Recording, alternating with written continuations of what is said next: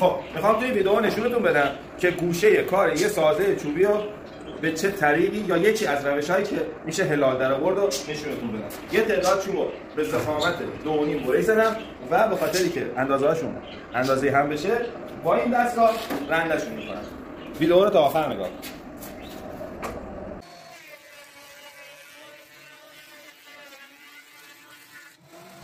خب بچه‌ها ما یه الگو بستیم که لبه‌ها کارمون رو پخ بزنیم. وای بیا نزدیک ببینن چجوری الگومون رو بستیم. یعنی یه جوری این ضخامت‌ها و این اندازه‌ها رو تنظیم کردیم که چوب اینجوری میره داخل. نگاه کنید.